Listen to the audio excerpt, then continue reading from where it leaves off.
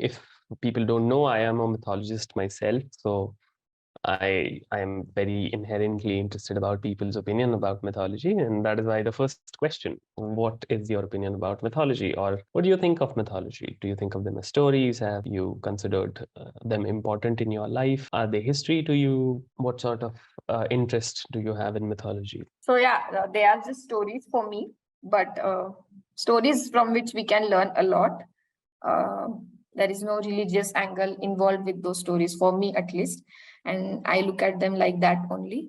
And that's a huge world, and the name suggests that it's a collection of myths. That's why it's a mythology.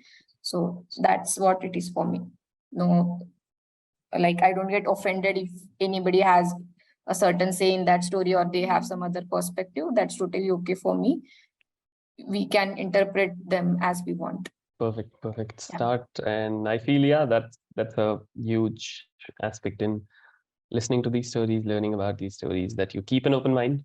You have multiple beliefs. Even I got introduced to mythology from my mother. So I've been hearing Mahabharata stories and Ramayana stories right from my childhood, early childhood. And for me, again, mythology is just, a set of stories.